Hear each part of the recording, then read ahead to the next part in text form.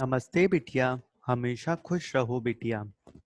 I am Dr. Bharat Sharma, Assistant Professor, Department of Pathology, Faculty of Homeopathic Science, Jyoti Vidyapeeth Women's University, Jaipur.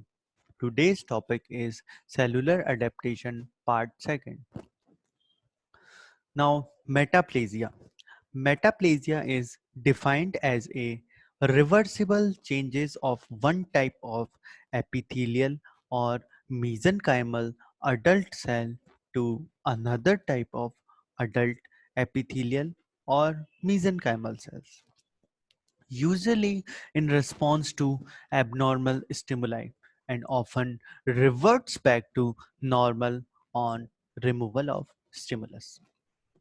Metaplasia is broadly divided into two types. First is epithelial metaplasia. Depending upon the type of epithelium transformed, two type of epithelial metaplasia are seen: squamous epithelial metaplasia and columnar epithelial metaplasia. Now first we learn about squamous metaplasia. This is more common. Various types of specialized epithelium are capable of undergoing squamous metaplastic changes due to chronic irritation that may be mechanical, chemical, or infective on origin.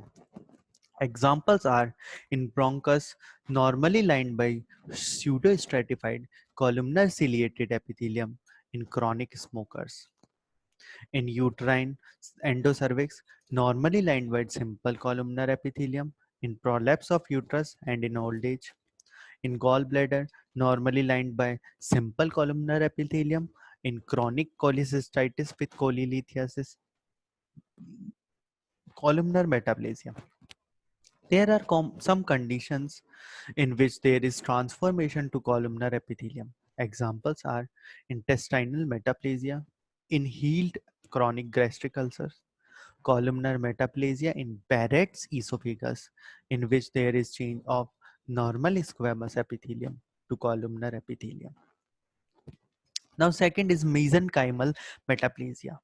Less often, there is transformation of one adult type of mesenchymal tissue to another mesenchymal tissue. First is osseous metaplasia.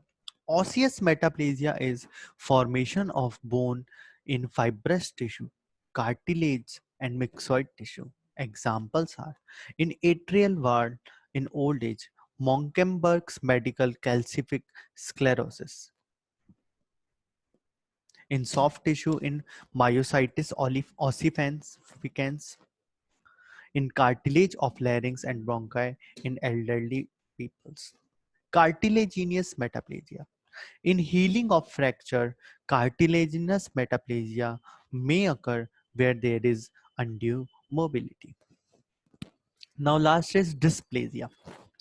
Dysplasia means disordered cellular development, often precedes or accompanied with metaplasia and hyperplasia. It is therefore also referred to as atypical hyperplasia. Dysplasia occurs most often in epithelial cells. Epithelial dysplasia is characterized by cellular proliferation and cytologic changes as under. First is increased number of layer of epithelial cells. Second is disorderly arrangement of cell from basal layer to the surface layer. Third is loss of basal polarity, that is nuclei lying away from basement membrane. Cellular and nuclear pleomorphism.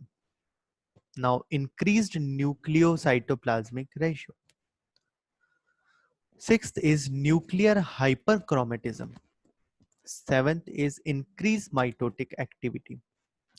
The two most common example of dysplastic changes are the uterine cervix and respiratory tract.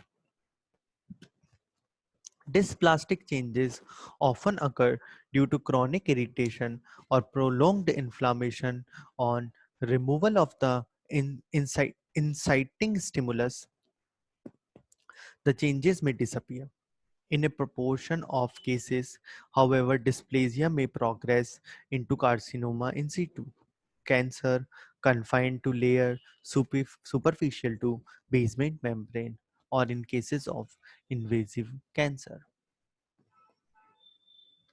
This session is powered by Digital Version 2.0, Jyoti Vidyapeeth Women's University. I hope you all enjoy this session. If you have any query, please mention it in comment box.